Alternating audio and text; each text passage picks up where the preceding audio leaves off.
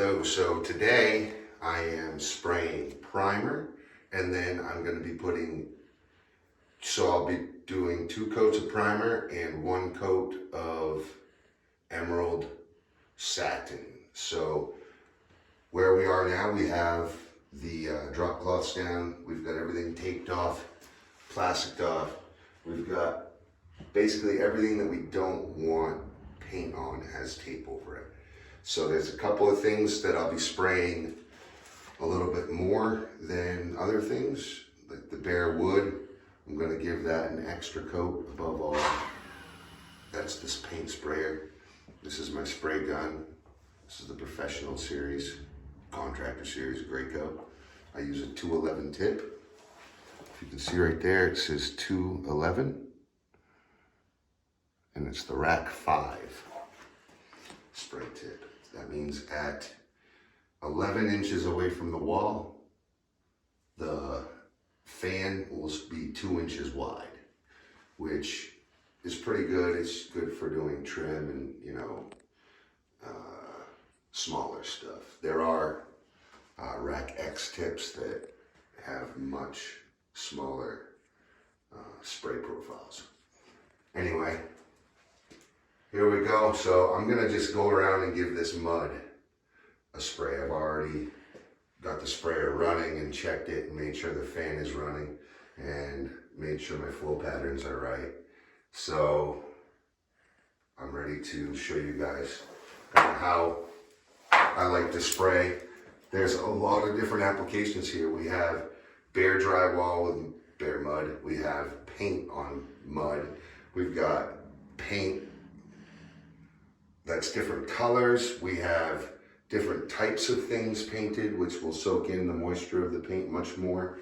We have just bare wood here. We've got, there's like over here, there's trim that's been painted and I've had to do like a jam extension.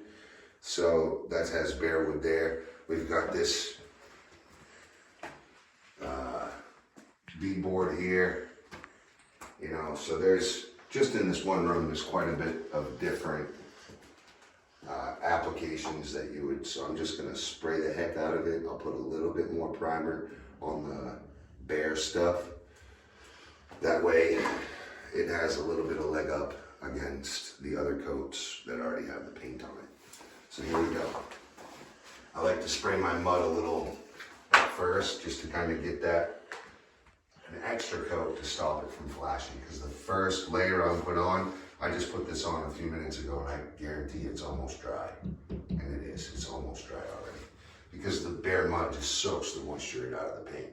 So if you were to leave that on the first coat, you're gonna end up having to coat that over and over and over again. So it's kind of like a pre-prime, pre-spray. So here we go.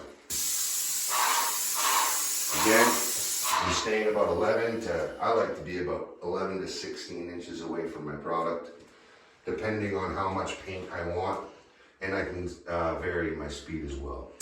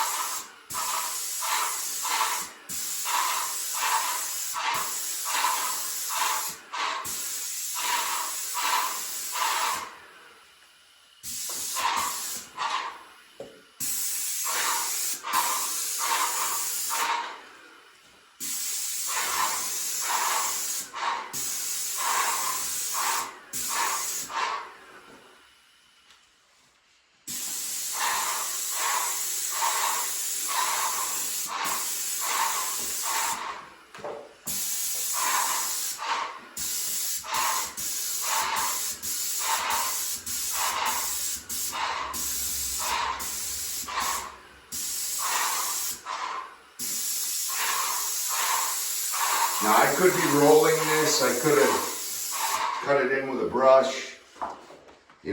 What I use is, I always use the cover. I use, what is it, a 3-inch professional It's a nylon purdy brush. So that's what I like to use.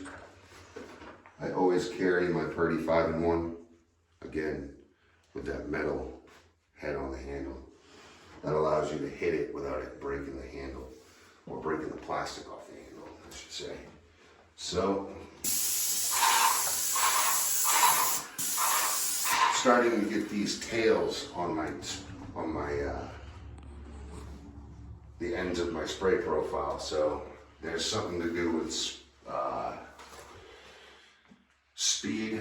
My pressure is wrong. So there's no tail there. That's about a perfect spray profile. You want it to look like a canoe. But as you can see over here, I'm getting some tails. So I may have to change up my pressures off the machine. You can also turn this. This is I believe it's a coil spring or something. It gives varying pressure off your trigger. Now, again, usually I would paint the ceiling first.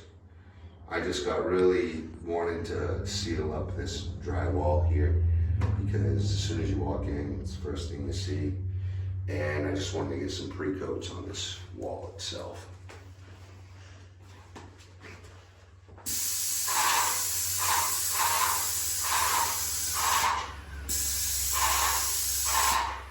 So, still getting the tail.